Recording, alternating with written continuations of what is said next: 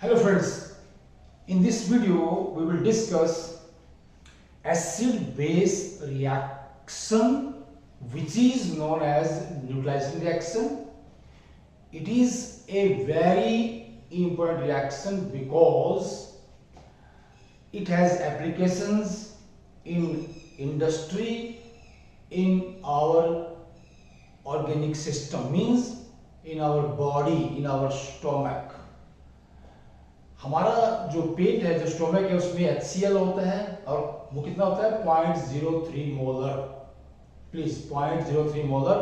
और ये HCl की एक बड़ी कंसेंट्रेशन है और हमारे स्टोमक में एसिड बेस रिएक्शंस लगातार चलती रहती है।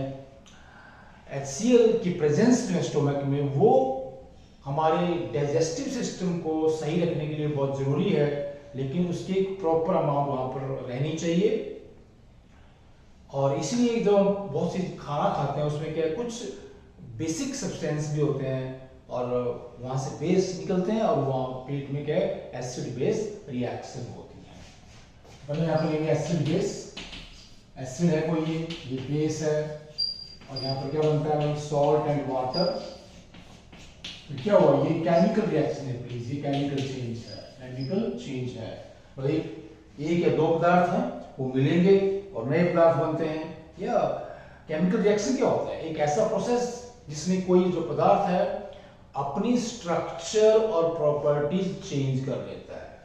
वेरी इंपॉर्टेंट, केमिकल रिएक्शन और chemical change is a process in which a matter changes its structure and behaviour, structure and properties.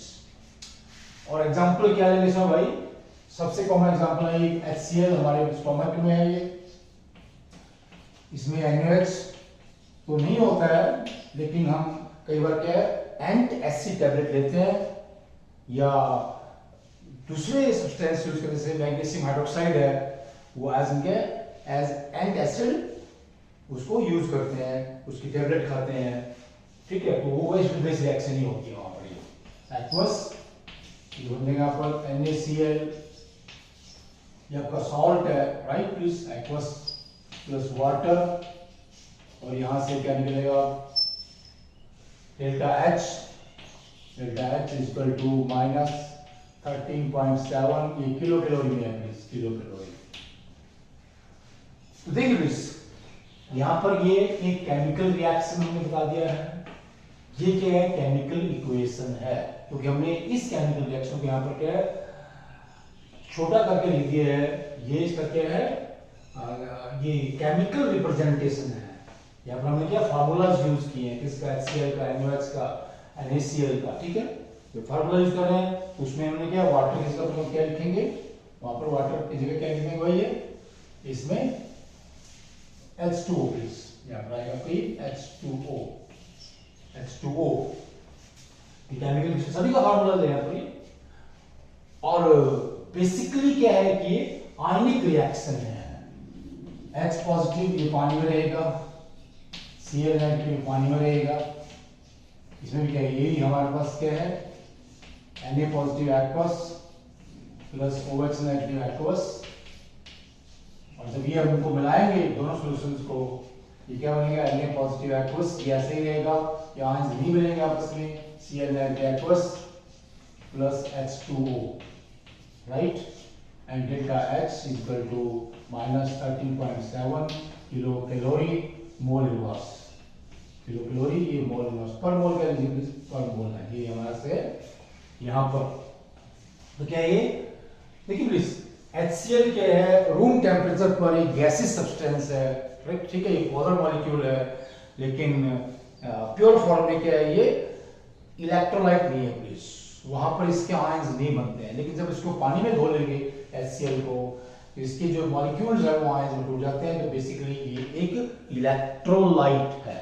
तो इलेक्ट्रोलाइट कोई भी कंपाउंड होता है, जैसे कि हमारे पास 1 2 3 एग्जांपल यहाँ पर है।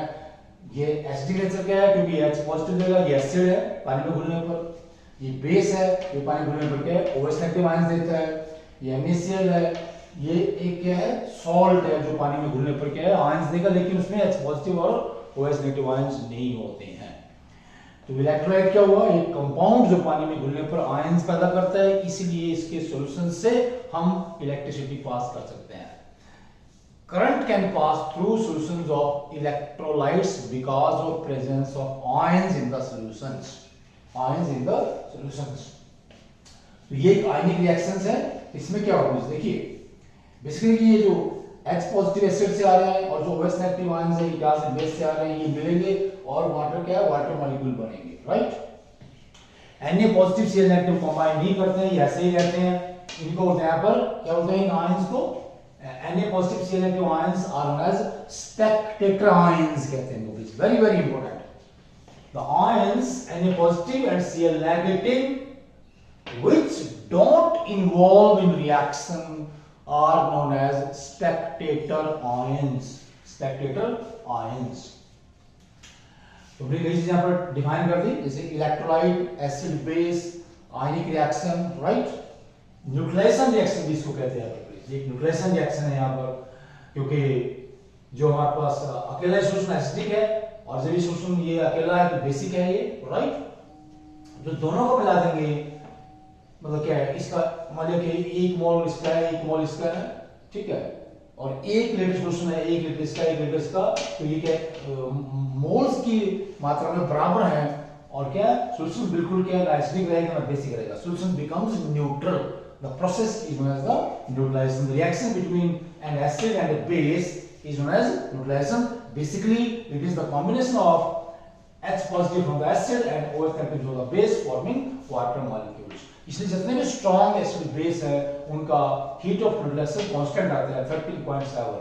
यहाँ पर नेगेटिव वैल्यू डेल्टा है क्योंकि heat is given out, heat is released, it is released. The reaction is what, exothermic reaction. ये रिएक्शन इज ये एक्सोथर्मिक रिएक्शन का भी एग्जांपल है, इसमें हीट एनर्जी बाहर जा रही है। यहाँ पर क्या हम हीट ऑफ रिएक्शन में डिफाइन कर सकते हैं, heat of reaction, right. Heat of reaction यहाँ पर देख लीजिए क्या होती है, जब किसी भी केमिकल इक्वेशन में जो भी हमने वहां पर रिएक्टेंट्स लिए वो पूरा रिएक्ट कर जाते हैं, उस दौरान जो एनर्जी बाहर निकलेगी या एब्जॉर्ब होगी वो क्या है, हीट ऑफ रिएक्शन होती है। अगर टेंपरेचर वहां पर क्या 25 डिग्री सी है, right, then it becomes standard heat of reaction. क्या बनेगा ये स्टैंडर्ड हीट ऑफ रिएक्शन। जैसे अगर टेंपरेचर कितना होगा यहाँ पर 25 डिग्री सी है तो इसको मैं ऐसे लिख देंगे प्लीज, ऐसे ये हो जाता है ऐसे स्टैंडर्ड हीट ऑफ रिएक्शन। और क्योंकि ये रिएक्शन न्यूट्रलाइजेशन है इसलिए क्या स्टैंडर्ड हीट ऑफ न्यूट्रलाइजेशन भी कहते हैं, because the reaction under consideration is neutralisation,